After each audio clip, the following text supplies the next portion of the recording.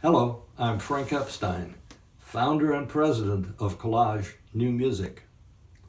It is my pleasure to introduce to you our latest online presentation entitled The Composer Speaks. The Composer Speaks is an opportunity to introduce composers directly to you. Our guest today is performer, conductor, composer, and educator Bill Kraft. Bill Kraft was born in Chicago in 1923. He grew up in San Diego, California, and studied percussion and composition at Columbia University in New York City.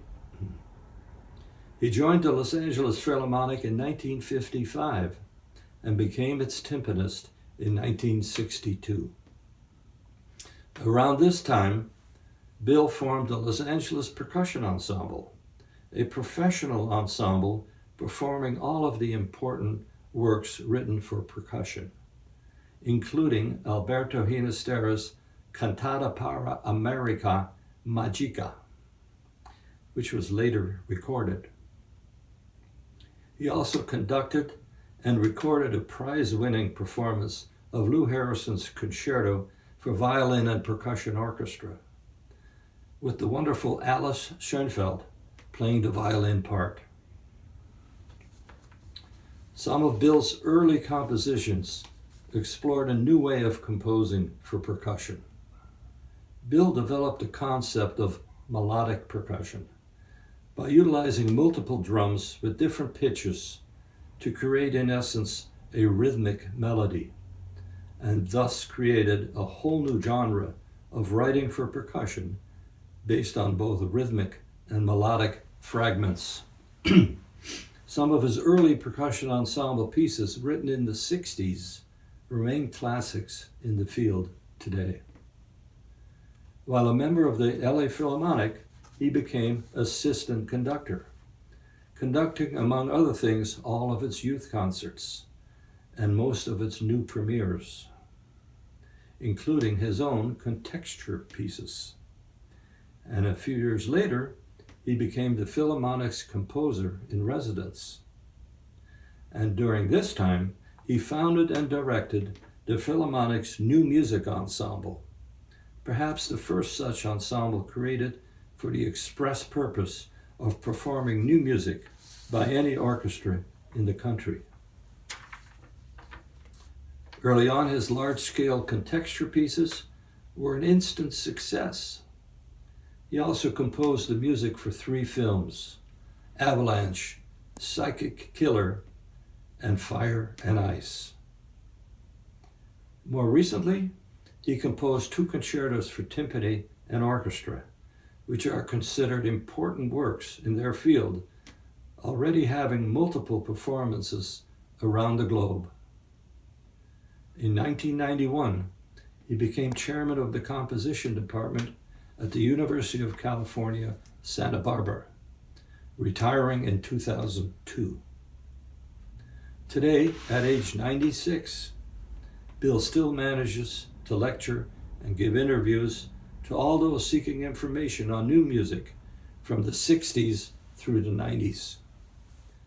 He having worked with all of the major figures of the 20th century, including Igor Stravinsky, Pierre Boulez, Jacob Druckmann, Luciano Berio, to list a few. On a personal note, of all the distinguished teachers that I have had the good fortune of studying with, Bill Kraft was amongst the most influential. It is with great pleasure that I introduce Collage music director David Hoose, who will in turn introduce Bill Kraft to you. We thank you all for joining us, and we hope this experience will bring you closer to new music and the composers that write it. Bill Kraft, it's a great pleasure to see you. After the last time I saw you, which was when you were in Boston for a performance of a piece that Collage performed. Collage over its years has performed 5 or more of your works, and they've always been extremely well received and very powerful music. Now, when I was thinking about interviewing you, I was very excited, but I was also rather daunted at the idea. That is, I didn't know where to begin. I didn't know whether to talk with you about your being a wonderful composer, your being a fantastic percussionist, your being a conductor, an arranger, a teacher. I just wanted to ask you first off, before we began this talk and before we were recording, you said it was nice to see me and that you loved being in Boston and because it was your favorite city. Now, how is that possible? You've lived in Los Angeles and San Diego and you grew up in Chicago all your life. So how come you don't live in Boston? No, I was born in Chicago, but moved to California, San Diego, when I was 3, and lived between Los Angeles and San Diego most of my life. But since 55, wow, 1955. We know that. I've been in Los Angeles. I joined the LA Phil in 55 and been here ever since. And so you say that Boston's your favorite city, but you've never lived here. Is that right? No, never lived there. You know, if I had been offered a position there, I would have taken it. Although I am a real Californian, you know. I don't particularly like Boston winters and Boston summers, but so I'm you're lucky to be here. You are in the right place and have been for years and years. Do you know, people talk about Stravinsky and Pierre Boulez as being very deliberate, slow composers. Somebody called Stravinsky a turtle because he wrote so slowly. Mm. And you think about Mozart and Handel and really Schoenberg, for that matter, who were kind of rabbits. That is, they wrote very quickly. Where do you put yourself in that spectrum? Are you very deliberate or are you quicker? You know, it changes from time to time. Sometimes an idea is so enjoyable that it goes quickly. Generally, I would say it goes on the quick side once I get started. If I run into trouble, then it takes a while longer, of course. But I've never thrown anything out. Came close to it. But generally, once I get going, it moves rather quickly. So is it sometimes a challenge to get going? Well, if the idea is good, if the initial idea is good, it goes quickly. And if it's not, it takes a while longer. When you start a piece, do you generally have an overall image of how long it's going to be and the general shape of the piece, or do the details of one moment then imply the next event? Yeah, I've said that I enjoy the adventure along the way. So I don't tend to plan an entire piece at one time. Sometimes that may happen, but normally, when I start, you know, I look for the idea, and it goes, but I don't. There have been some pieces that have gone quickly, but generally speaking, I would say moderately slow. I understand your mother encouraged you or even pressured you to study piano, but piano wasn't your love. You did study it. You practiced dutifully, but preferred to play baseball or kick the can.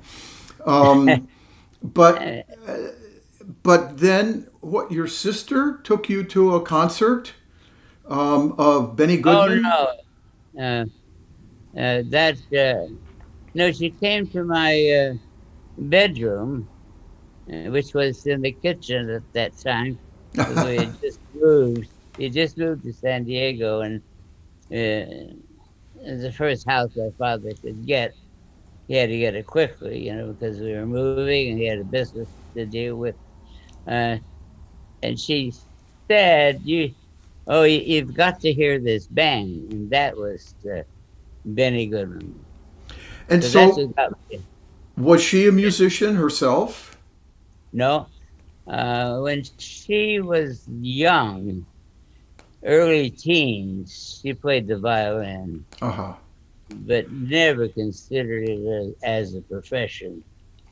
Uh, So hearing Benny Goodman kind of rocked your boat. yes, And, yeah. and that seems to have led you to listening to Count Basie and plenty of other famed jazz performers of the day. And Oh, yeah. so that led you into composition, right? Yes, I was an arranger, and that is a form of composition, depending on how many original ideas are involved. Uh, but Were you making big band arrangements? oh yeah, yeah, I And did that. Yes, I did that solely. I mean, arranging for bands, dance bands. Do they still use that term, dance band?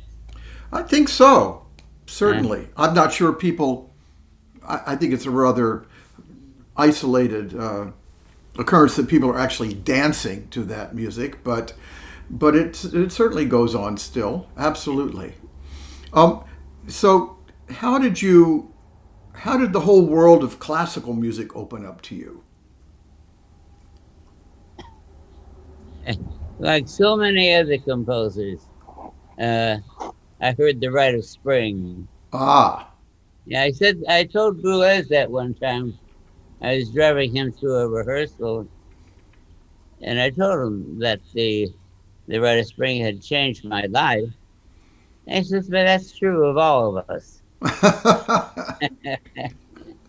And, um, I also understood that Ravel's Daphnis and Chloe was a first love of yours, oh God, yes.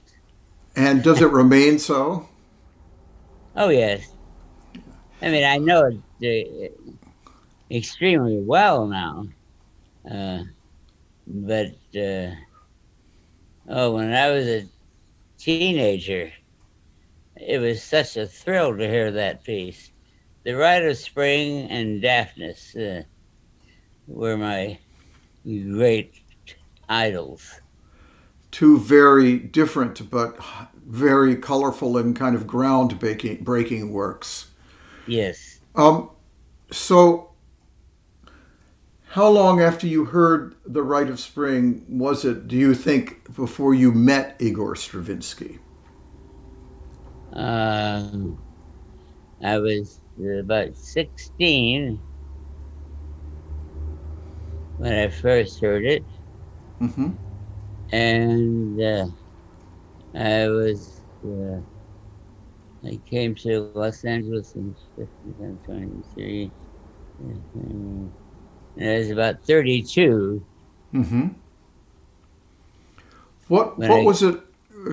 And did you work with Stravinsky in other circumstances than the recording of Histoire de Soldat?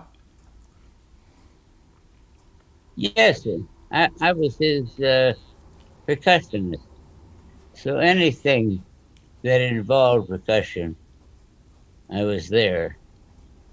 He was either a soloist or in charge of the percussion section. What was it like working with him, playing his music? Well, it was a joy. The thing was, I, as well as most of the players, if not all, that worked with him out here, were idolized the man. Yeah. That's in short. That's it. We idolize him, so it's always wonderful to be with him. And he had the same group of musicians that worked with him all the time. We called ourselves the Stravinsky Band. There are about half a dozen people out here that were his people. His yeah. Now, Yeah. during that time, did you also meet Arnold Schoenberg? No. First of all, I went to UCLA for a while, and that's when Schoenberg was there, and that was too early in my career, which was non-existent then, really. I was, about 17, I think. Yeah. Well, in the late teens, and I heard about Schoenberg, but I was raised in San Diego where no one knew Schoenberg. Well, I never heard of Schoenberg when I was in San Diego. And when I went to UCLA, I heard that he was there and a bit about him, but I really didn't know much about him.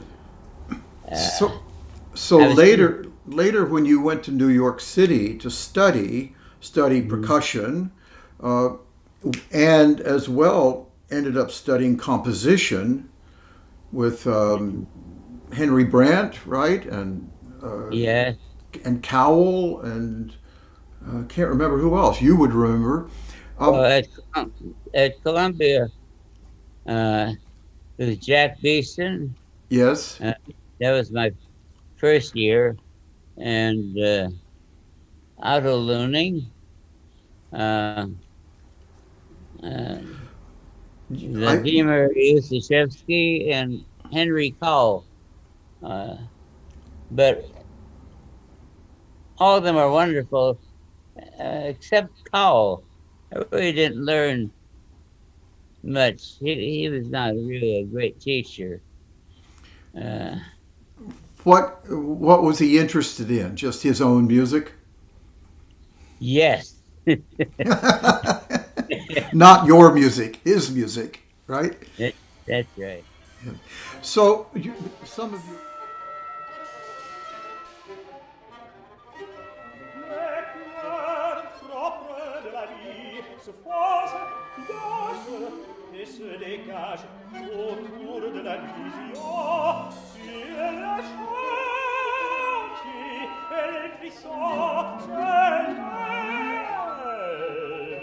Are you able to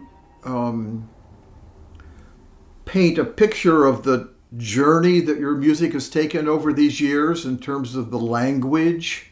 Is it something that you think could be described? Somewhere along the line, I realized that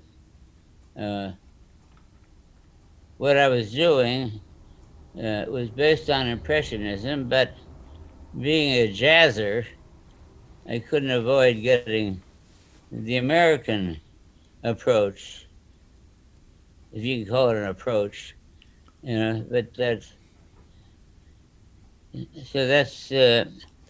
I went into that, and I was just reminded that I called myself an American Impressionist. That makes perfect sense. Your music has such rhythmic vigor Yes. that we associate with American music, even whoever it might be. And certainly the harmony and the melodic sense suggests something of French music at times. But of course, it always seemed to me that jazz and Impressionism were really not that far apart. Certainly, if you think about Ravel and the language of jazz, they're very related. Yeah.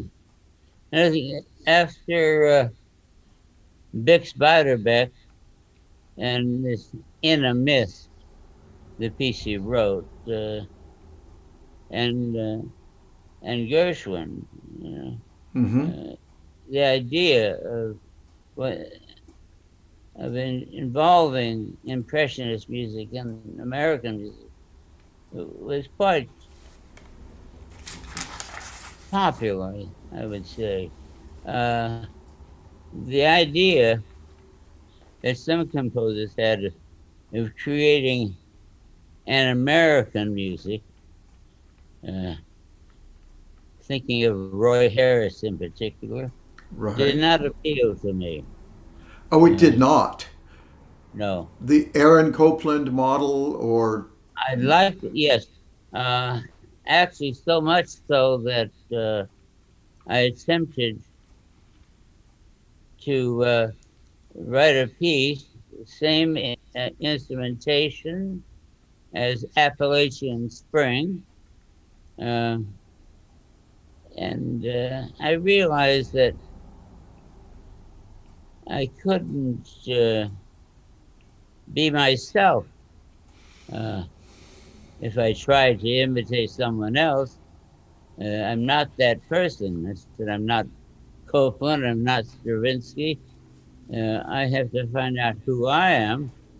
And I realized that I was a combination of those people and the other influences. That makes perfect sense. I would think that the power or the conviction of a piece like Appalachian Spring, whether you love the piece or not, it works incredibly well, and to even adopt the same instrumentation kind of pulls you into his way of thinking, and then it pulls you away from yourself. So probably better to not use the same instrumentation.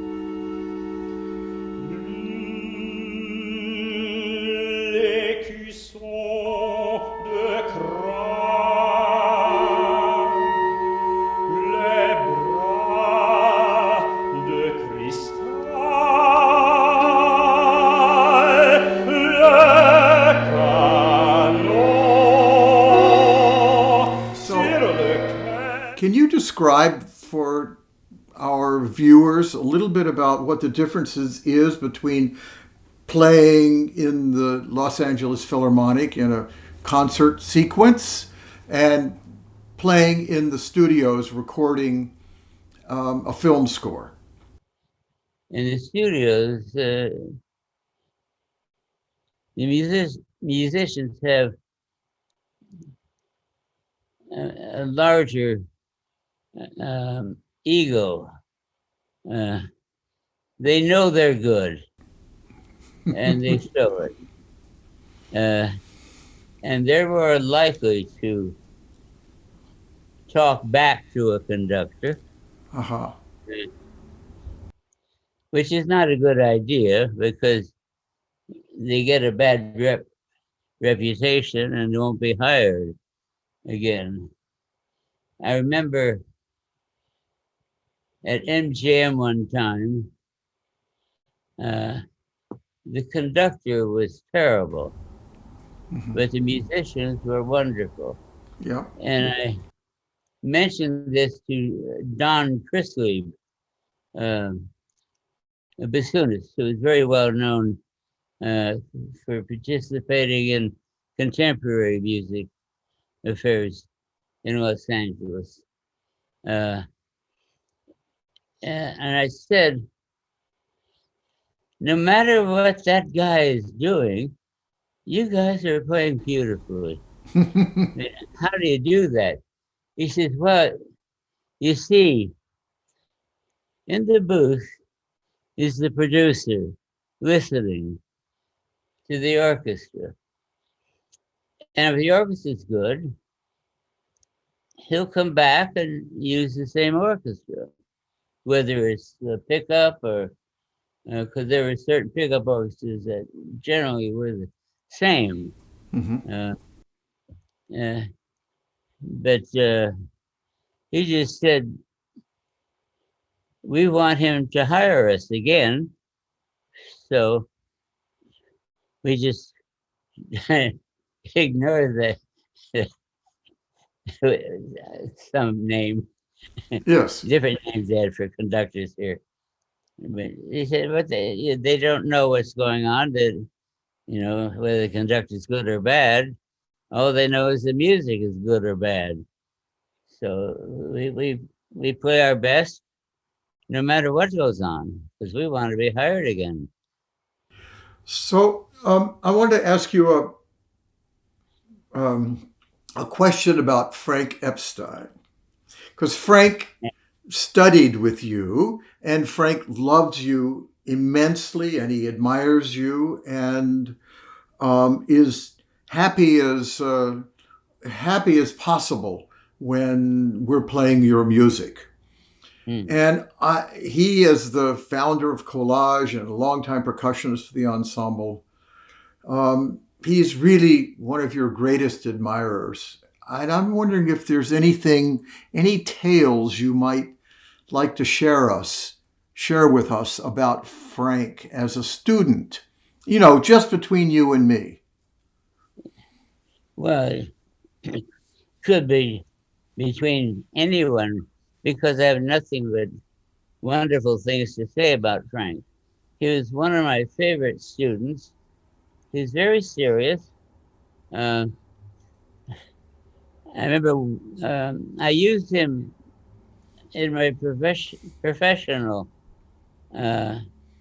jobs because he was well equipped. And I remember one rehearsal. It was a rather small ensemble, maybe about 10, 15 players. Mm-hmm. And we were rehearsing, and I have a tendency to joke around a bit. I don't like being a dictator. I like being part of the orchestra because I am a performing musician, and I know what a conductor can do to players with his personality, how he talks to them, etc., etc. So at this one rehearsal, I think I was being a bit facetious. And from the back of the room, a voice comes. "Let's get on with it." And that was Frank. This is a goddamn student with all these professionals. And he's the one that pops up, He was very serious about what he does. Well, we're very, very fortunate to know you, and that Boston can be your adopted home. So Thank you. Yeah, Bill, it's a great pleasure to see you and to talk with you. Thank you so much for this time, and for your music, and for your profound effect on all kinds of contemporary music during your extremely long and continuing career. Thank you very much. It's good Thank to you. hear. Thank you, Bill. We wish you the best. Thank you. Give my regards to everyone there. I certainly will. Bill Kraft composed his The Sublime and the Beautiful in 1979 for Collage New Music and the tenor Paul Sperry. According to the composer, this two-movement work examines how an artist gets in touch with the creative and how the artist might describe beauty itself. The second movement, which we present here, is an abstract, colorful, and impressionistic setting of Rimbaud's famous poem, Being Beauteous, in an English translation by Harold Blumenfeld. In this performance of the premiere, which was given in January 1980, Paul Sperry was the soloist and the composer conducted.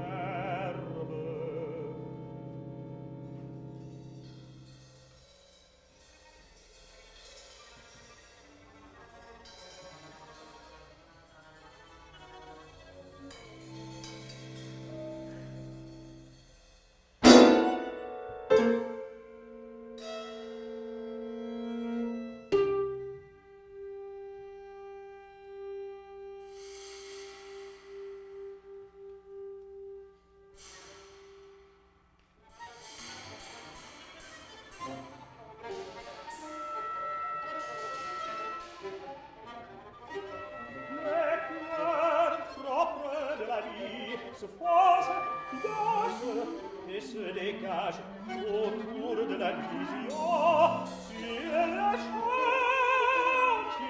et les frissons se lèvent et grondent et la savane forcenée de ses effets se charge avec les sifflements mortels et les rauques musiques que le monde loin derrière lance sur notre mer beau.